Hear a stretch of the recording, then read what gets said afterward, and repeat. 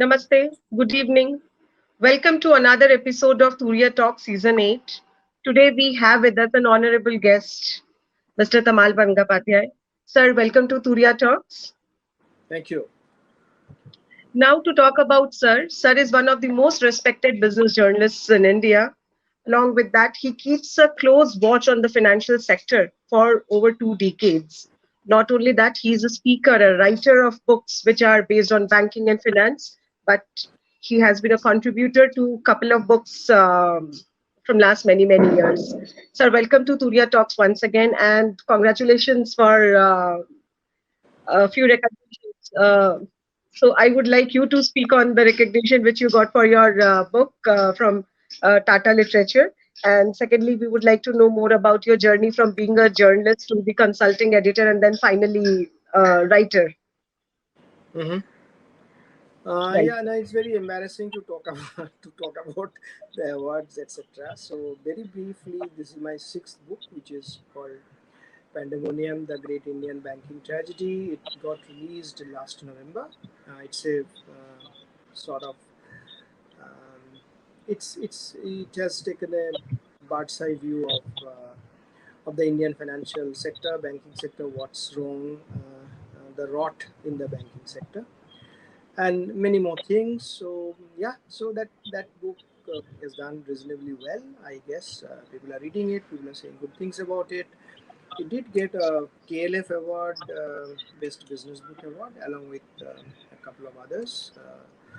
And yeah, last Sunday I think Tata Literature Live announced that it has got the best business book 2021 award. So that's it. I mean, well, you don't write books for awards. You write books for the readers, and award is a bonus. You feel happy. Right. Would you talk about your journey, a student of English literature to banking? How could you make inroads? You are known for writing open letters to the RBI governor. You are there in most of the panel discussions. So, would you speak about your journey a bit? Those days, being a student of English literature, as you rightly said, there was not many opportunities. So, what option was there? One option was to be a teacher, either in a college or university or even a school, depending on what is your academic background. And second is look for a civil service. uh, I had both in my family, so I thought let's do something else. And that was the time. I think we are probably that. Yes, it was the last batch of Times of India Times training. They subsequently they started a training school for journalists, but we are the last. I belong to the last batch in mid 80s, where you pick up people from different parts of India through a series of exams, etc., and train them for a year, and then depending on their ability, they can be absorbed with the Times of India group, or they will be left alone and they could look jobs on the basis of their 1 year training. So I belong to that group. It's a Times training group. Yeah, then I got absorbed. So in Mumbai, where I did not know anybody, and I did not know even what journalism was all about. So I remember the first day when I saw a series of typewriters and people facing the wall and typing furiously. I wondered that, oh God, where am I? There are so many typists. Why do you know that they are journalists? I did not know, and I have no idea about what was journalism. So 1 year was interesting to understand the nuances of journalism, how you write, and my background of literature probably helped me a bit to structure my stories. But again, as I said, there is no planning. You said, how did you chart out your career? There's no planning. It's just so I would say I became a journalist by accident, and also I became a business journalist by accident. And this time it's literally by accident, because my father had a life-threatening accident. He actually died of that. And my boss was kind enough. He sent me, Mrs. Fatma Zakaria, editor of Sunday Review, Mumbai, part of Times of India. So she sent me to Kolkata. I said, Tamal, your mother needs you at this point of time. Of course, my father did not die immediately. Later, he died. He said, why don't you go back to Kolkata and I'll transfer you. And they did transfer me. And Times of India did not have any vacation, any vacancy, so I was put in Economic Times, and that was my introduction to in the desk to jute and steel and tea. That was what I'm talking about, probably 89, 90. That was the time. That was what West Bengal was known for, and I was. I did not know. I was all at sea. Suddenly, at least here in Bombay, I was doing some theater review, film review, some kind of stories. But there, jute and tea and heavy engineering and trade union. I had no idea what was all, and that's also I was doing on night shifts on the desk, etc. Then I got shifted to Ahmedabad when the Economic Times was launched there. So these are all a series of things which, again, as I said, I was just getting, following Good what was, opportunity, good brain. yeah, no, not opportunity, whatever you are there, and wherever the events take you, you are going, flowing with it. And then at some day I thought, no, I was not enjoying the work there. Then I got an opportunity. Then Business Standard was owned by Anand Bazar Patrika, and still in Kolkata I'm talking about. By the time that economic liberalization 91 happened, it all over my head. I did not know what was it. And then I joined Business Standard as a feature writer to write on environment and fashion. So again, back to something non-financial. And then at one fine morning, they asked me, why don't you go to, because Business Standard was then expanding. They opened just their Delhi branch, Delhi edition and Mumbai edition. And I was told that, why don't you go to Mumbai? And I came back after 5 years or so, and this time with 2-year-old kid and my wife. I came back and started life afresh, and I was told that you start banking degree. So that's how I got into banking. I have absolutely no idea what was banking all about. So I was like asking all sorts of stupid questions at press conference. People used to laugh about it because I'm asking why the interest, if the interest rate is going up, what's going to happen. But I found that when you ask those kind of questions, actually you get to know, because no interest rate going up, so your home loan rate will go up, or your car loan will go up, or your interest cost will go up, or EMI will go up. So that's how your ordinary life will be impacted. So that's how I see the connection between banking and lives, which probably not all of us were looking at. At that point of time, just it was like that banking interest has gone up to fight inflation, or interest rate has come down to prop up growth. But what is there for me?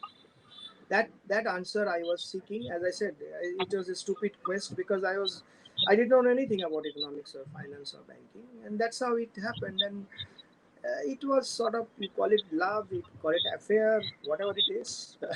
So I started quite enjoying, and I started connecting the dots, like different markets, foreign exchange market and bond market, and government bond market and corporate bond market. Of course, that was non-existent there. Credit market and our lives and corporate lives.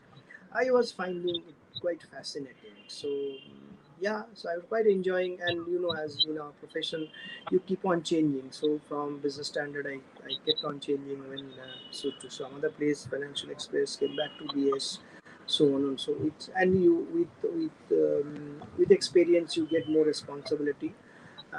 Then you grow in the profession, kind of stuff. And then I we launched the Mint newspaper. I was part of the key editorial team that launched the paper in 2007.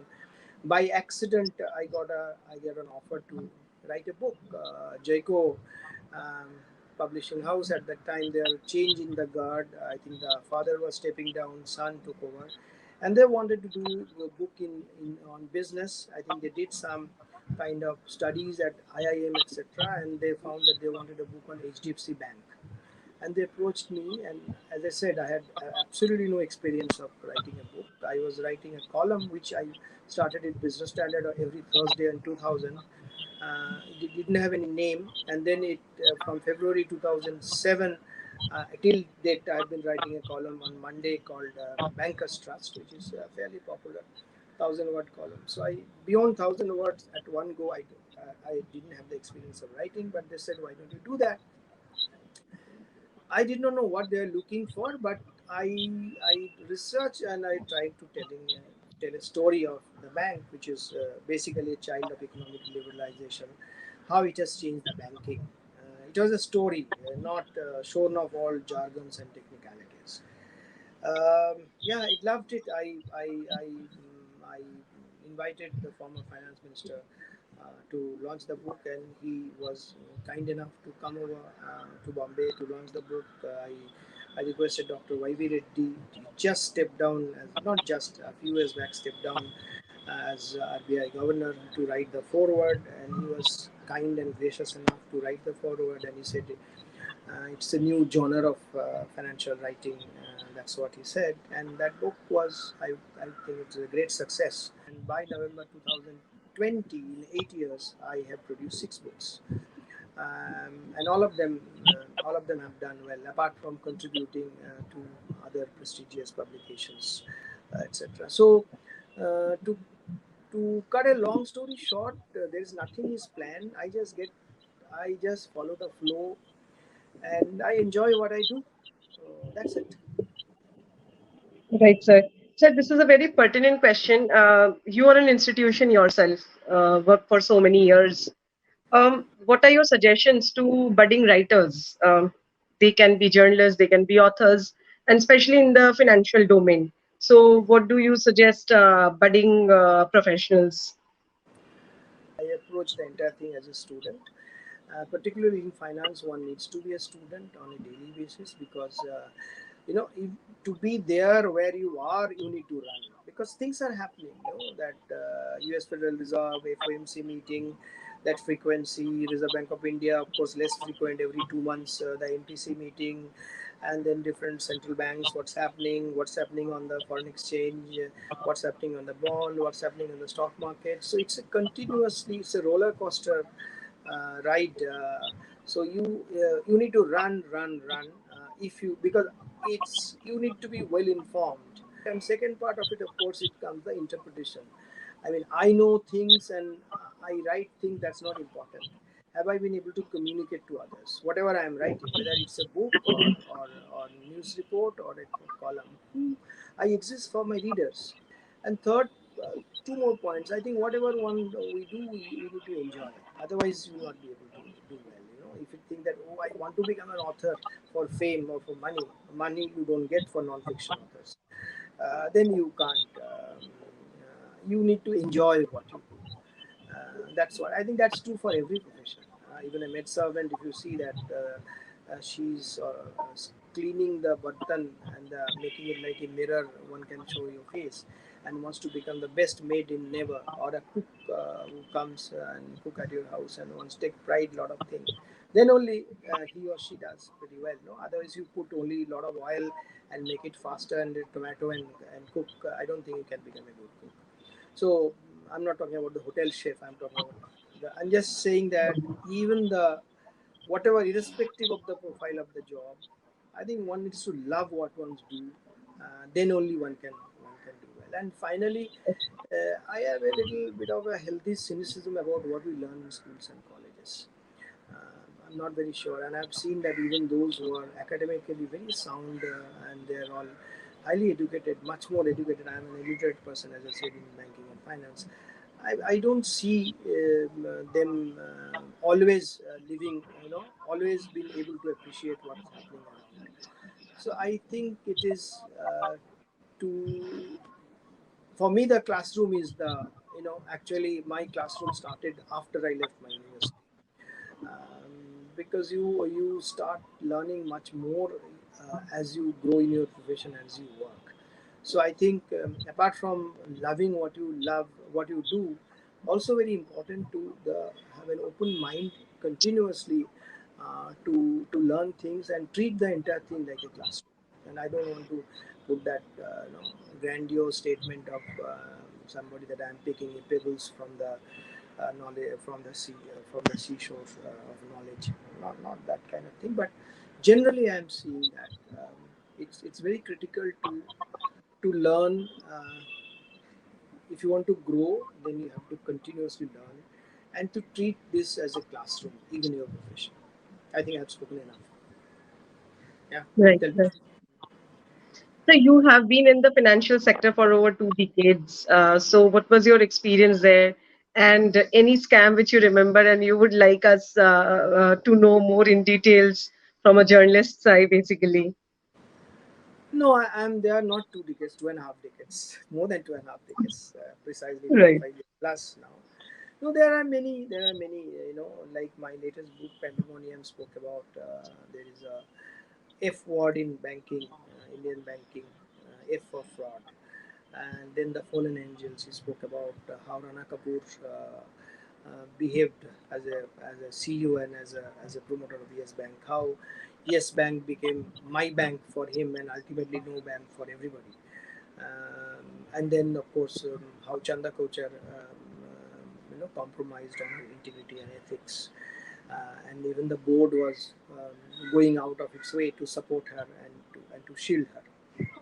So yes, I think it's nothing unique about India. I mean, globally, financial sector, because when you deal with money, there would be cases where people are not exactly ethical. People are compromised. Continuously, we have been seeing that governance is a big issue in Indian financial sector and corporate world. That does not mean that everybody is compromised, but a few rotten apples, spoil the entire sack. So that's it. I think after this asset quality review and a big cleanup drive, etc., knowledge has been. I mean, there is bankers are much more concerned now about. They are much more careful. But yeah, I mean, there are some people who are exactly not ethical and compromised. We have been seeing this, and as a reporter, as a journalist, negative story sells better. So yeah, if we keep our eyes and ears open, you'll always find, like as we speak, there are issues in certain pockets of Indian financial sector, like Yes Bank happened, and then of course before that DHFL collapsed, and India's largest infrastructure finance company collapsed, and then after Yes Bank, LVV, Lakshmi Vilas Bank also got taken over by, merged with the foreign bank. So RBI has been a cleanup drive, but if you think that everything is clean, no. As we speak, there are little pockets of discomfort there, and it will be continuously. So as a reporter, as a journalist, we need to keep our eyes and ears open. That's it. Right. Sir, being a writer, you must have gone through a lot of books and quotes or inspirational thoughts. So, what is your favorite piece of line or teaching from your favorite books, which you have used many a time? So, would you like to share that inspirational thought process? Sandha, I will deeply disappoint you. I'm fairly illiterate. I don't read much. Trust you me. The reading habit is very. I read only. I only read for information. I know, seeking information what's happening. So I'll stay awake for FOMC meeting because of the time difference and what CNBC globally to what exactly happened and all. But one about books again, I read what is required for me to understand and appreciate what I do. My house is full of books. Many of them are gifts. Only few of them are bought. So I am not, and I don't get inspiration from writing by reading things. Unfortunately, I'm not been able to. I think life is a great teacher, and I keep my eyes and ears open. And as I said, I enjoy what I do. So I will not be able to. I will not be able. Honestly, I will not be able to tell you. Pick up some lines and say this is what has inspired me, and this is what. I don't. And also, I don't read too much at random, because I'm scared that I'll get influenced. Then I'll start writing like Mr. A or Mrs. B and all. That's all. Also, I avoid that's probably an excuse. So I spend my time shifting through information. So I'm more into that field of information than reading books. Reading books is somebody recommended, or I know this book needs to be. I must read that book. So I read that, but no. And then of course the media related, just like a few. One autobiography of a big time journalist I just finished reading, because everybody was talking about it, so I read it. That's it. But some quotations which will be a source of inspiration for your audience, I'm sorry. I'm not capable of. I don't want to. I don't want to. I know many quotations, but I don't want to Okay, lie to you. okay. Uh, I don't. I understand. Yeah. Your final views on Turiya Talks, this kind of initiative by an agency where people from different walks of life and they discuss, and uh, companies into sharing knowledge. What is your take on this? No, I think it's a good effort. I'm best of luck. I'm sure you'll do well because COVID has changed the way we work.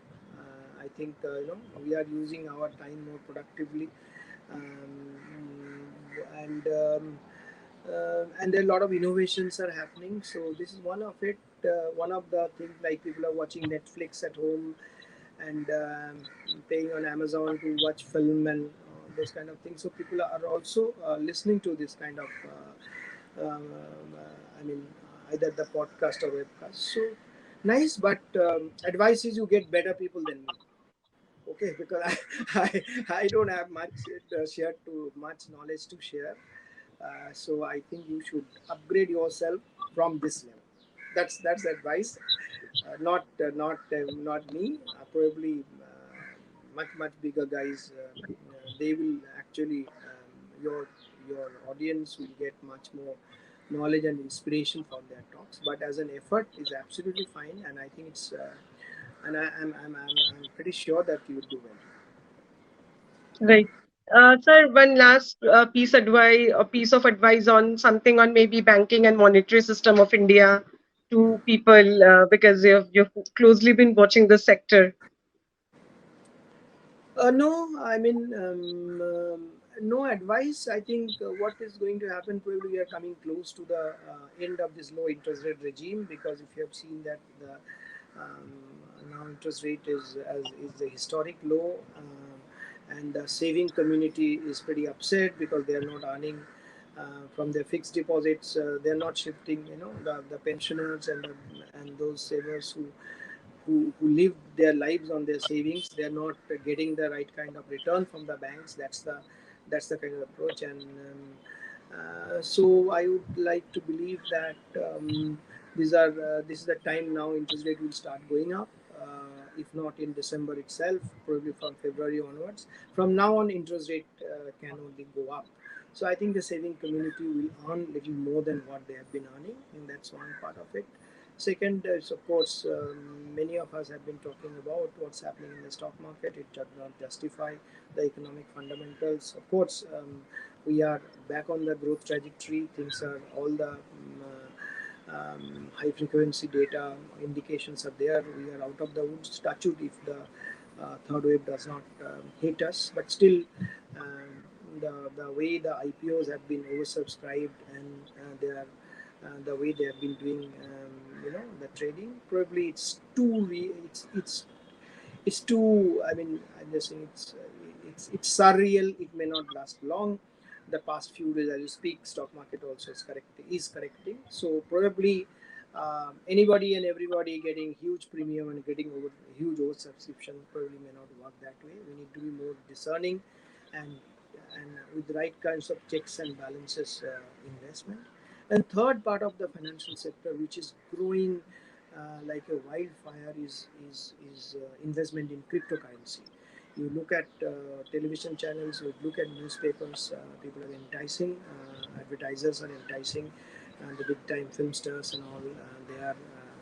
They are asking you to put in money in crypto. I think the caution is required, because crypto is not a legal currency in India. Crypto is neither an asset nor a commodity. It's more like a casino. You are gambling. So if at all you are investing, I think probably the amount of money which you can afford to lose only you can do, because there is no logic on what basis your investment will fetch high returns, or will your investment will completely be eroded money amount. Nobody knows. There is a very strong lobbying in favor of crypto. I think let's wait till the time some checks and balances and regulations come. Don't be blindly investing in crypto. Right, Yep. sir. Thank you. So, with this, we wrap up today's show, and I believe my viewers will find this very insightful and discerning. Sir, thanks for taking out time from your busy schedule, and you could join us for the show. To our viewers, hope we meet soon with the next episode of Turiya Talks. Till then, stay safe and stay healthy. Namaste. Thank you, Sandhya. All the very best to you Thank and you. for your efforts and organization. Stay safe.